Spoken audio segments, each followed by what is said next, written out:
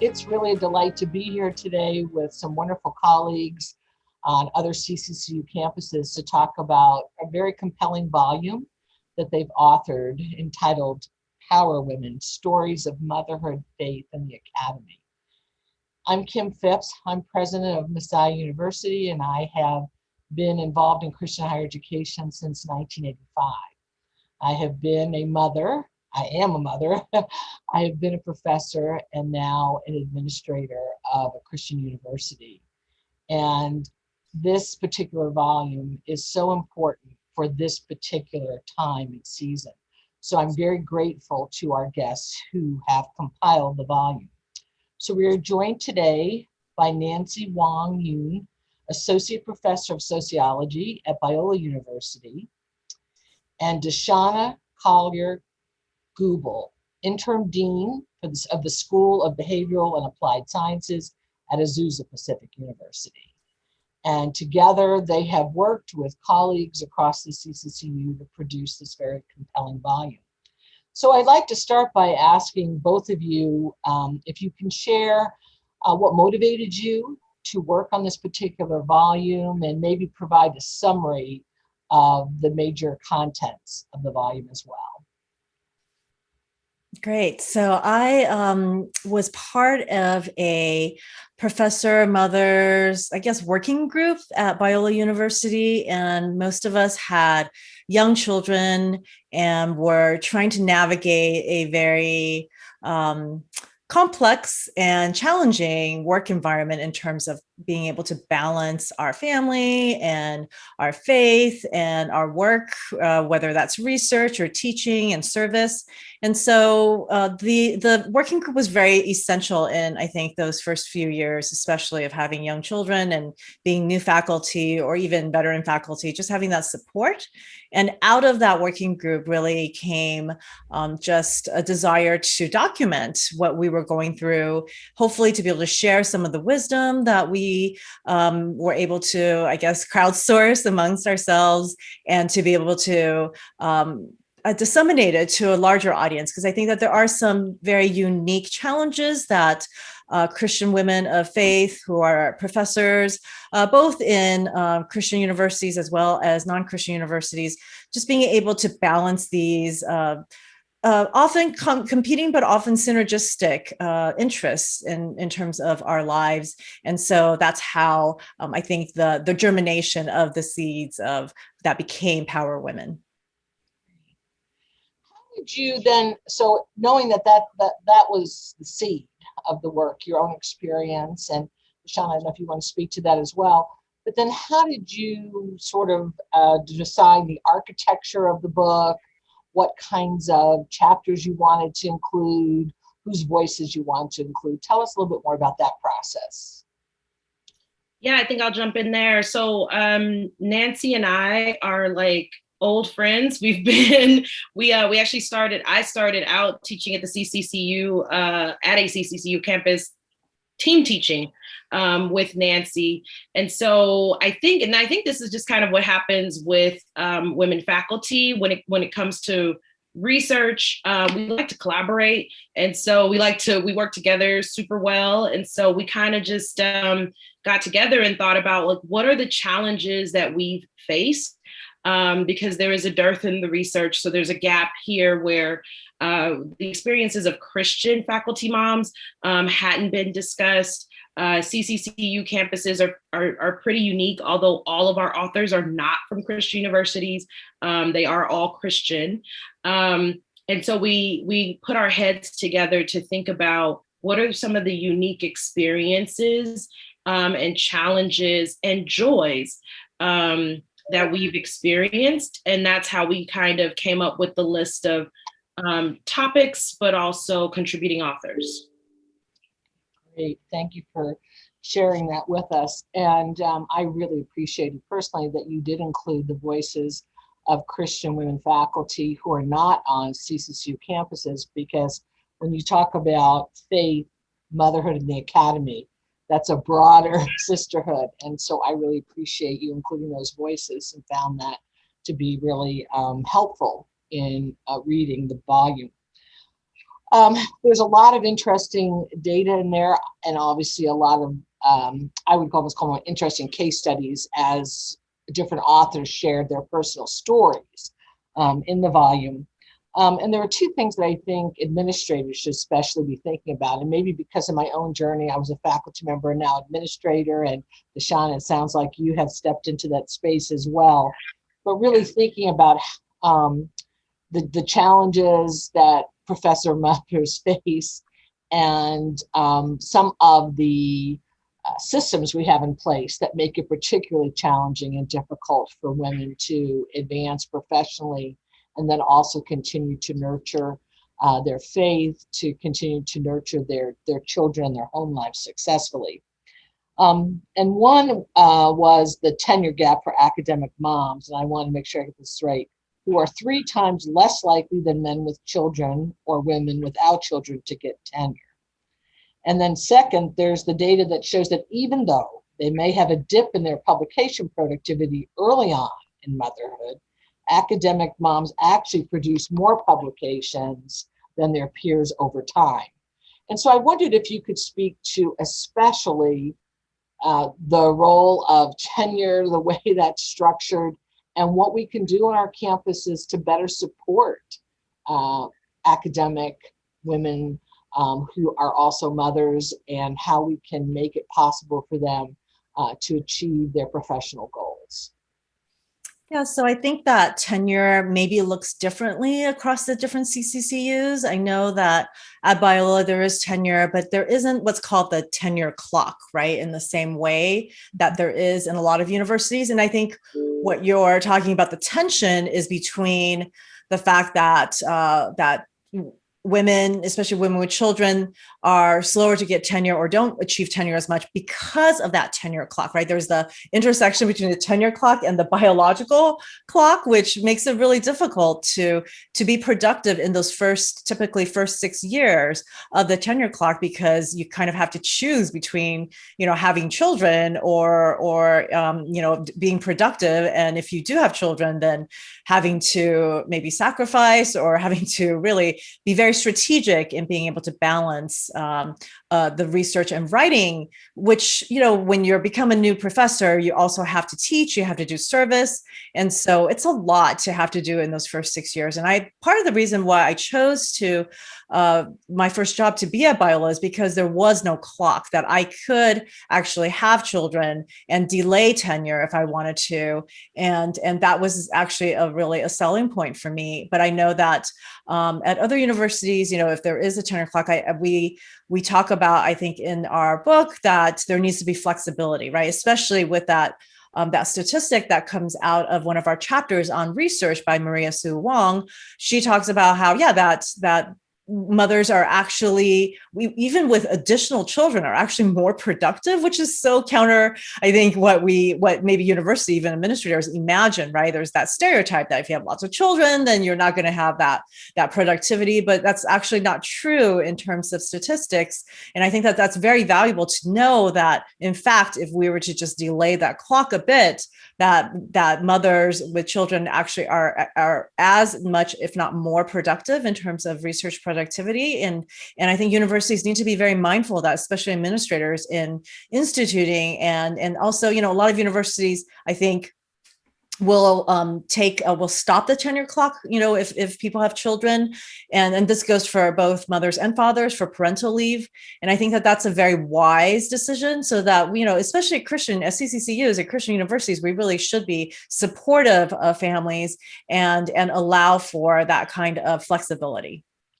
Absolutely. I think what you say there about Christian universities and colleges, we have even a greater responsibility. I think it's ways because of what our value system is to care for families. And yet, when I talk to women across the CCCU, sometimes they find a real resistance to that kind of flexibility and a willingness to address some of those changes.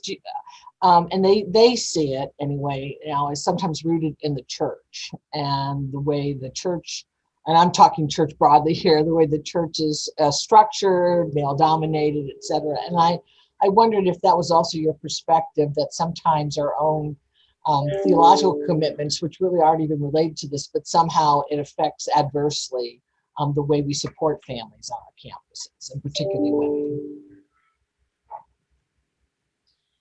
Yeah, I mean, I definitely think on Christian University College campuses, we do kind of have this dipping and mixing between theology, our theological perspectives, and our church experiences into this this very unique place of employment, right? So although we are all like Christian sisterin and brethren together, and it's definitely a unique and gratifying and life-giving experience for me to be in, we are also still a place of employment.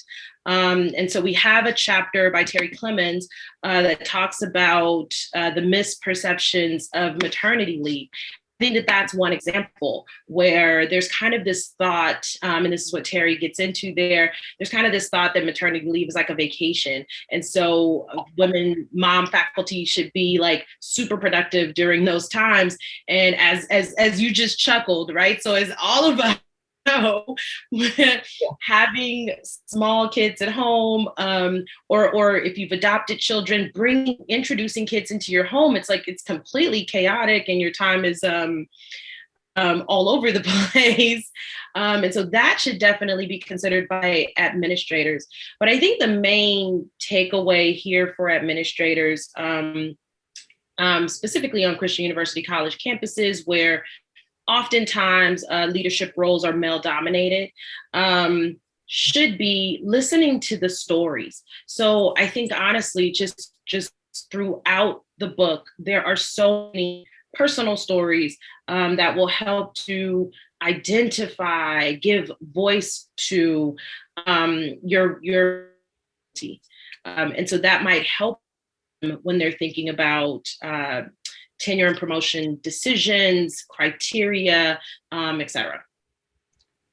Yeah, and I think that parental leave often looks different for men and women, that men do use parental leave often to do research, whereas women, as still the primary caregivers, not just in Christian households, but across, just society, that women faculty and just women professionals in general find it much more difficult to be able to catch up on work or complete projects while also taking care of children. And we see this during the pandemic, right? We updated our book. We started this, several years back, but given the pandemic and how it kind of exacerbated all of the unevenness in terms of women, mothers who are academics, there's research that's already showing that there's a huge productivity gap, not because of talent or ability or ideas, but because of the lack of childcare, because of COVID and the shutting down of daycares and places where children can go when parents are working, and mothers bearing the brunt of that, and that women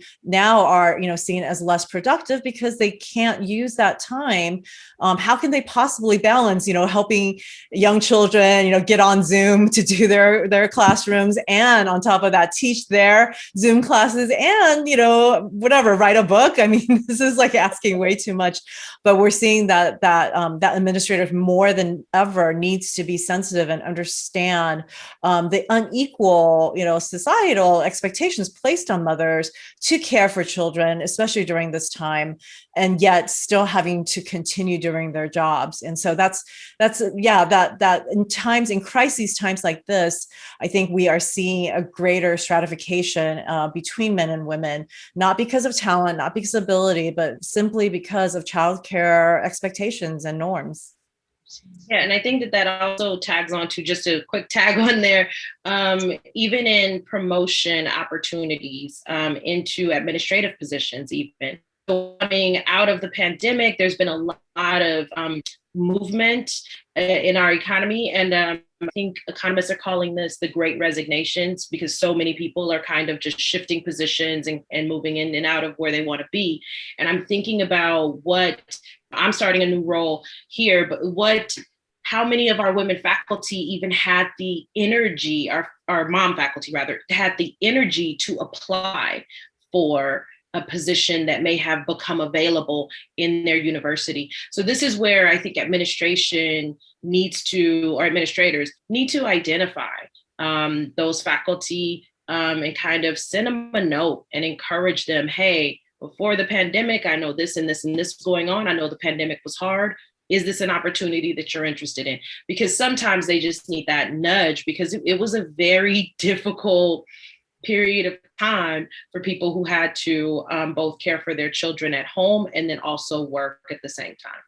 Absolutely. And some of them also are caring for elderly parents, right? Or parents who are ill and vulnerable. And so I've seen in some of my own colleagues in terms of tremendous, tremendous stress they were under this last year.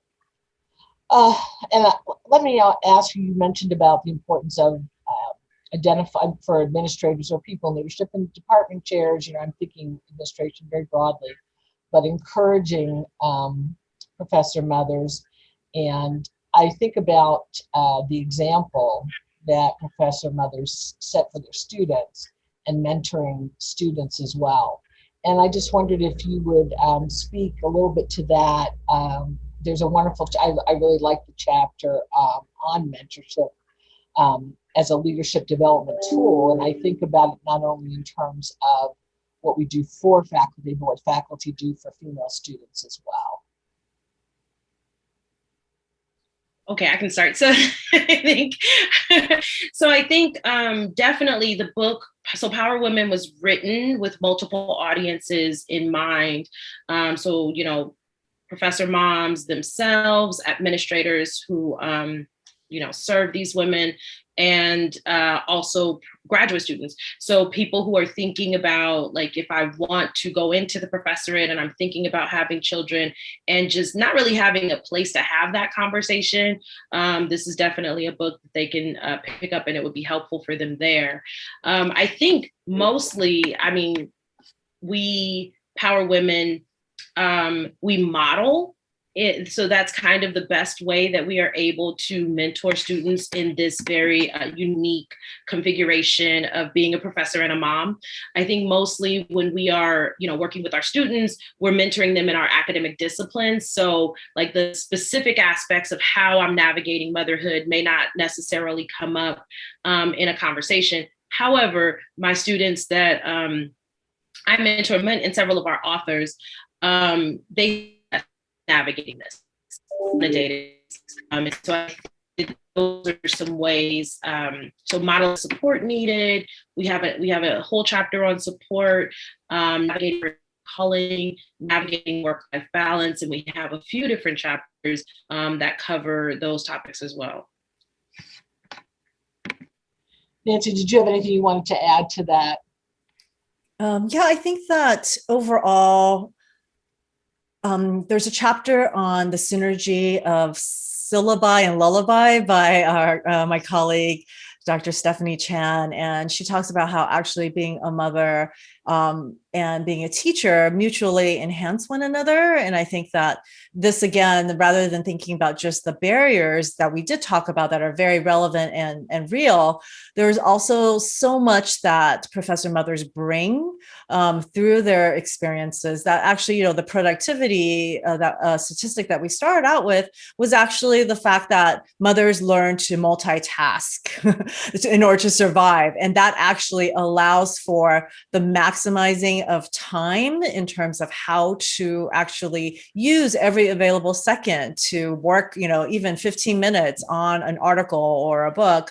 So modeling that for students, because I think I always, especially during the pandemic, students are having such a hard time, organizing their time and knowing, especially for asynchronous classes, knowing how to get, just not basically just do nothing and then just skip weeks.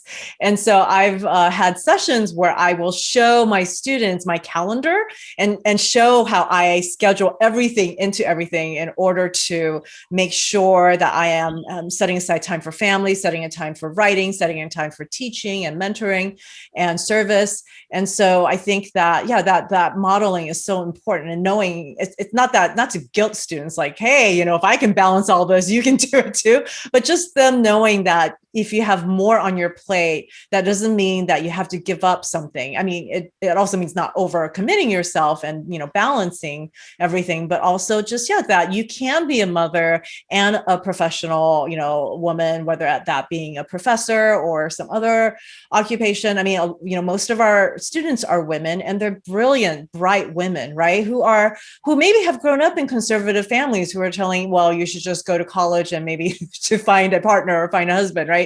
But most of our majors, I found, they want to maximize the gifts that God has given them, and whether that's in the professional world, but a lot of them actually are interested in maybe pastoral positions, church positions.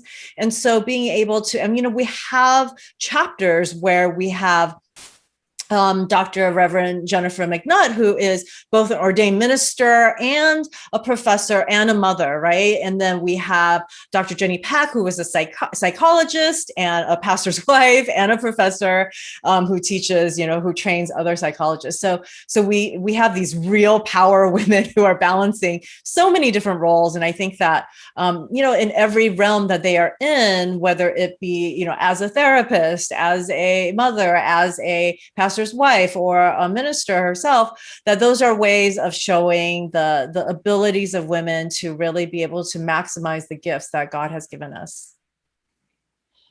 One of the things I did appreciate very much about the volume as well is that it was also hopeful, while pointing out the challenges, pointing out, even systems that are broken and maybe not as helpful as they should be to women and all of that. There were still messages of how to support each other well, of how to help people, or help women particularly, maximize their gifts. And I wondered if you would speak to the importance of creating spaces, whether it's on campus, or whether it's in the church, spaces for people to listen to each other's stories and then learn from those stories to be able to put support mechanisms in place. Sometimes we're all at such a frantic pace, we move at such a frantic pace, that I'm not sure that we are creating the spaces, much like I think, Nancy, you talked about that group that was so significant to you at Biola. So is that something we need to do more of on our campuses? Absolutely. And there needs to be funding for it, right? Because I think it's what was lovely was that we were able to get some money just to have like lunches, right? Because professor mothers, their time is so limited. We barely have time. I mean, I feel like most of us are trying to schedule our classes so that we can maybe go home and be able to, spend time with our kids, helping them with homework, or just, letting the babysitter or caregiver off. All that time is just, everything we've been talking about, maximizing our time. And so, but our mental health and our spiritual health, our emotional health is so important, especially, being able to have that water cooler time, to be able to talk with colleagues, to share information. That's so valuable for, as we know, for professional growth and advancement. And so to have that group, and we were able to get funding for lunches, everyone has to eat lunch, right? If we're on campus, if we're teaching, and even if just to go to have that lunch and to have that break and the funding to be able to sit down, eat, and be able to share wisdom, and also just share resources. I mean, I think that it really was a working group, because it wasn't like a Bible study, even though we talked about Bible. It wasn't just a prayer group, even though we did pray. It was really, a group of professional women coming together on a campus and needing to share information, because maybe we're not getting that from our male colleagues, right? Whether it be because we don't have time, or we're not let into those circles, or, whatever the reasons were, we still needed that valuable information exchange. And I think that the working group and having that sponsored lunch, it's so little money, actually, just talking about sponsored lunch, right? But we also were able to get maybe money, or just having an extra lunch for speakers, right? For speakers, for administrators. Like one of our contributors, Dr. Doretha O'Quinn, she was one of our speakers for the group, and she came and she encouraged the women. And that was part of that mentorship chapter that she wrote, that from that visit, she was able to then mentor a lot of professor mothers who really got so much from her previous walk, and how she was able to navigate successfully all that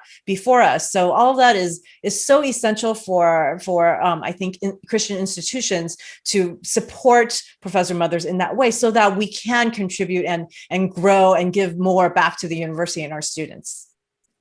Yeah, and I would add, I think we also have a couple other just the holistic support, right? So we have Dr. Aisha Thompson's chapter, who speaks from the perspective of being an adjunct faculty. And in her chapter, she also talks about just even for adjuncts, the need for that support so that they can share resources to improve their craft. And Dr.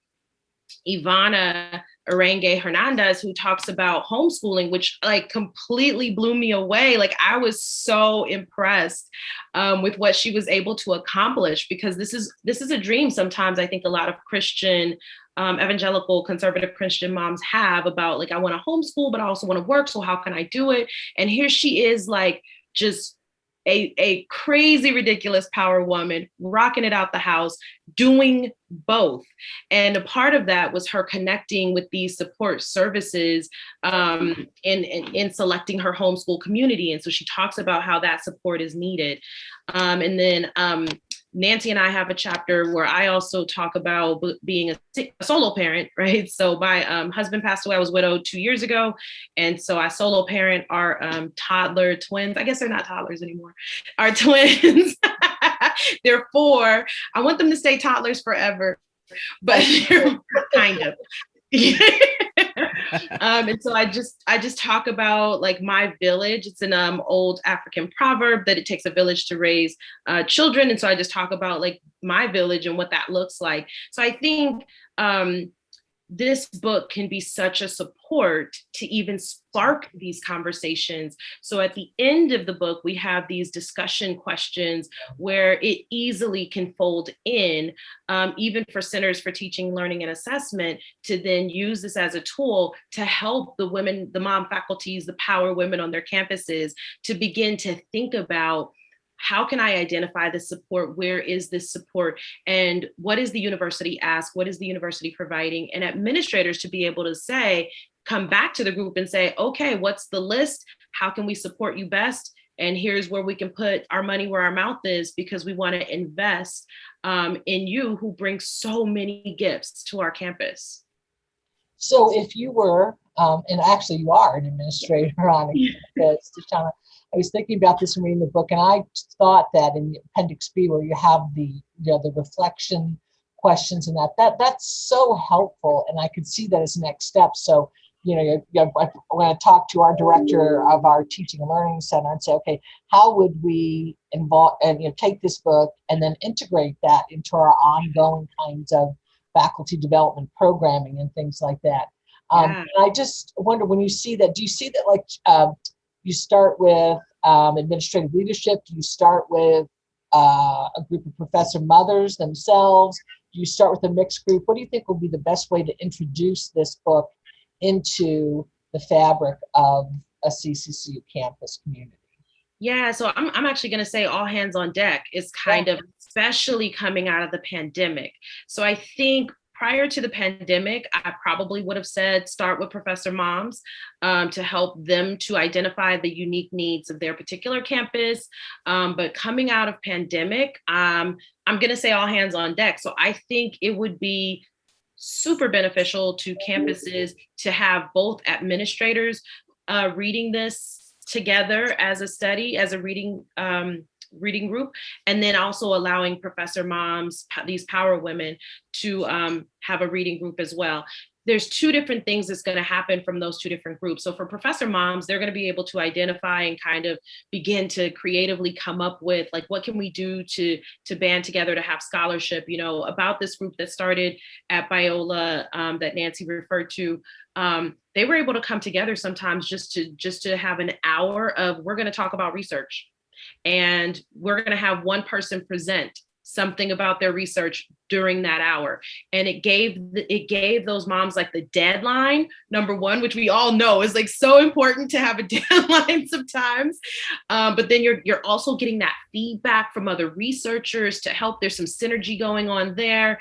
You have collaborations that are forming there. So I think that having the Professor Mom group to read it, or having a group of professor mommies read it, that will help them to be able to craft a better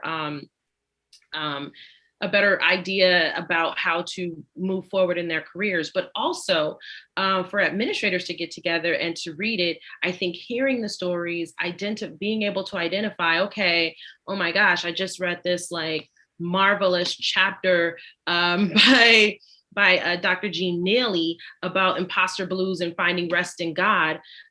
So, okay, what our next Imago Day, let's talk about that.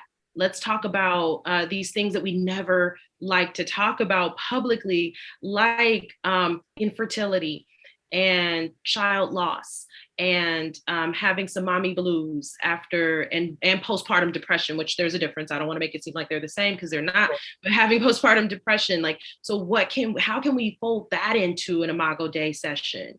So I think those kinds of ideas and how to, especially coming out of this pandemic where these moms have been stretched beyond. I mean, we really have gone into the place of Jesus. It is you and not me, because, and so being able to come back and offer this, I think would speak so much life into these women, which then reverberates throughout the entire university. So the departments will be better, the programs will be better, and then of course the students will be better.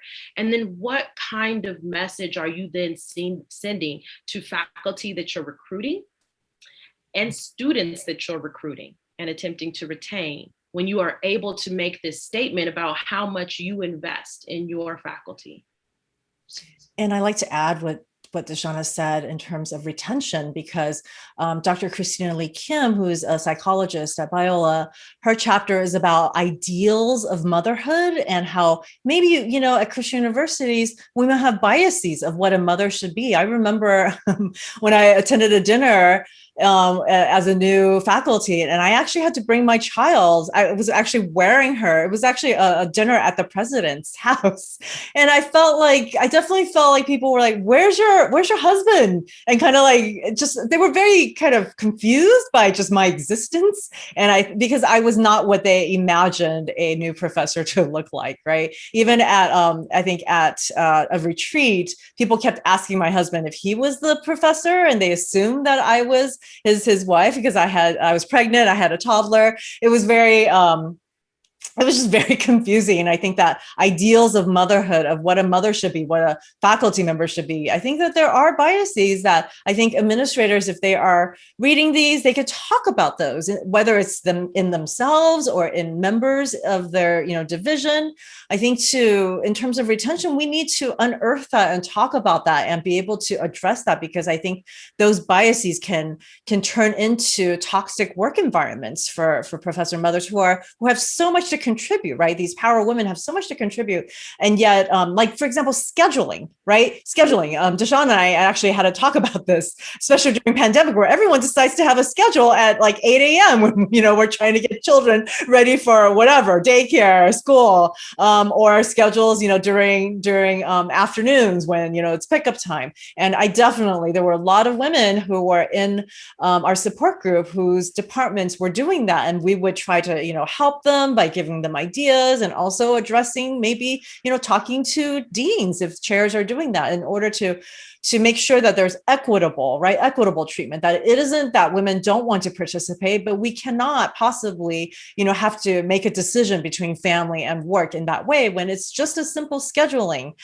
difference, right? So I think that having those conversations, and hopefully that this book, like Dr. Christina Lee Kim, who is a psychologist, she actually also has a standalone scenarios, like at the end of our book, that these are different scenarios that professor mothers may find themselves in. And so to discuss and talk about, they're very open-ended, but I think that it's important to know concretely what are the challenges, right? What are the scenarios that professor moms find themselves in, so that they can actually be aware that these are issues, that these are challenges that can easily be resolved if people are just mindful and sensitive to them. Yeah, and I appreciate that. Like, there are some things that we need to do that will take financial resources, and we need to prioritize our professor mothers in ways, or their experience in ways that we can support them. And you're right, sometimes it's not very expensive, providing space, providing lunch, or one of the decisions I made as I came into leadership as Messiah is we usually have childcare for events and things so that they're not having to find, no, folks, here it is. When they come to my home, to the president's home for the big Christmas thing, I have a whole team of Messiah students who love playing with their kids and doing, that doesn't take Oh a my lot. God. It's just a matter of saying, well, this is important and we want to support our colleagues and make it a good experience for them. So what an amazing example. I feel like I just want to pause on that because I don't want our audience to miss that. Like, what an amazing example of something that is so simple, but so thoughtful. And for me, who I have 4-year-old twins at the present moment, that would make a world of difference. I mean, just the level of stress that I carry, just trying to think about, I totally want to go. I definitely want to participate. I want to make sure that I'm being a part of the community here, but I also don't want my kids running around and mommy, and doing things like that. And so just knowing that there would be some childcare provided, so simple, but yet so impactful. And those are the kinds of things that we're hoping people will read and highlight and take away, these key takeaways from the book. Absolutely. Well, we're coming to the end of our time. This is a delightful discussion, and I'm so grateful to you for your leadership and in putting together and compiling this volume on Power Women. I want to, first of all, make sure you have an opportunity to say anything else that you want to say. But one question that I'd like to end on is for the two of you following this book, and then of course really hoping that it is integrated into the lives of so many of our campuses, particularly across the CCCU, but other places as well. Are there other areas that you want to research or explore as it relates to the experience of professor mothers? I'm just going to answer your first question. There are chapters that I definitely want to highlight. I think what unique contribution our book gives is also, I think, challenging ideas of motherhood. So I already brought up Christina Lee Kim's, like, what are our ideas and how does that both help us and hinder us in our development as professor moms. But there's also Dr. Joy Qualls, who has an amazing book about how servant leadership can look like for husbands who are maybe stay-at-home husbands, and where mothers are actually the breadwinner. She is I think she is actually now dean, associate dean of communications here at Biola. And so she speaks, it's so biblical, it's so wonderful. And it's just, it actually made one of our reviewers cry because it was just so beautifully written. And then there's Dr. Ji Sung, who is at Cal State LA. She talks about actually thinking about maybe instead of thinking of ourselves as moms, think of ourselves as dads in terms of just kind of like taking off the pressures, all the kind of cultural stereotypes that come with, oh, if you're a mom, you have to do, you have to be, domestic in this way and this way. And so many of us, are trained to be researchers and we love teaching and speaking. And, those are maybe stereotypes that we associate with dads. So to kind of deconstruct those stereotypes and to take some of the pressures off of ourselves to be everything all the time, which we're not able to.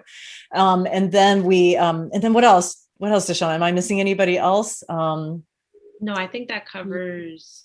And we talked about a little bit about Dr. Jean Neely's chapter, and she also is able to think about God as a parent and our relationship with God, not just as father, but as mother as well, just the kind of holistic love that we obtain from God and how that will actually inform the way that we mother and that we, serve as professors. It's a very beautiful chapter also. So I'm so proud of our volume because I think that we're saying things that I haven't read in kind of Christian texts, and also especially, since this is the first volume about Christian mothers who are professors, I think that it's just exciting, and I feel really honored to have, been able to read and edit all these wonderful women's writings. Yeah, I definitely concur. I think this is just kind of the tip of the iceberg, right? There's so many things and there's so many more stories out there that could be told. And so just getting into, again, we've been talking about it the whole time, coming off of the pandemic and how that has impacted these power women. But also intersectionality. So looking at the intersections of race and class and mommy and motherhood and the professorate, I think would be super interesting to me. And then how we play that out in within the church, big the big church. So I think there are just a plethora of different stories that still are out there yet to be told. Well, thank you both so much for this time today, but even more for who you are, for the wonderful work you're doing on your campuses, but the wonderful work that you have done in this particular volume. And I was moved to tears by a number of the chapters or the essays, and also just really, I think, even re-energized about how important it is to ensure that we're not just thinking that people can just go it alone or just keep doing what they need to do. Here's the standards, fit the standards, blah, blah, blah. And I thought, no, this reminds us that, we have really sacred work with each other, sacred work with our students. And I'm so grateful to you for the time you invested in developing the volume. And I look forward to using it at Messiah. We've already thought about a couple of places that where we want to start the conversations, and I think other campuses will as well. So thank you, and we hope you continue to thrive in all the areas of your life. Thank you. Thank you so much. And I just want to say, as people, as you're using it at Messiah and as other folks watching now are using it, feel free to give us an email. I mean, we'd love to drop in, and the contributing authors, so not just Nancy and I, because we'd love to be able to kind of like even connect with people that way, just to share that space so that we are able to broaden even this community, so we can locate the power women everywhere, right? Exactly. That's great. And I realize, some of the campuses, I think your campuses are larger. At Messiah, we've been really intentionally doing a lot over the years in recruiting and retaining women, both in leadership and faculty. But some CCCU schools, women are still the minority on some of the campuses, which seems somewhat shocking to me. And so this is a gift to everyone, but I'm especially thinking about what you said about giving women other names, people to connect with, places to find that they could talk to other women and share their stories. So thank you for saying that about connecting with you all and with the other authors in the volume, because I think it's no problem. And we also wanted to make sure before we end that we thank Shirley Hoekstra, president of CCCU, who did the foreword. She's just such an inspiration to us, to me personally. I mean, just a true power woman, and just always so true to her craft, but also so true to motherhood and her family and her husband. That our this idea just really came to life and just went out of the gates at the CCCU Advancing Women in Leadership Conference. And from a talk that Shirley gave, like, I think it was like maybe 3 or 4 years ago when the conference was at APU, and she was speaking just about a motherhood thing. And it was just, and all the moms in there just connected so much with what she said. And that just kind of really lit us down that road of like, we got to get this volume out there. So we wanted to make sure we give her a thank you before we end. Absolutely. And her forward is beautiful and heartfelt. And all of us who know Shirley really see her as a power woman and a wonderful mentor. So, well, thank you so much for your good work and for being here today. Thank you so much. Thank you so much. Bye.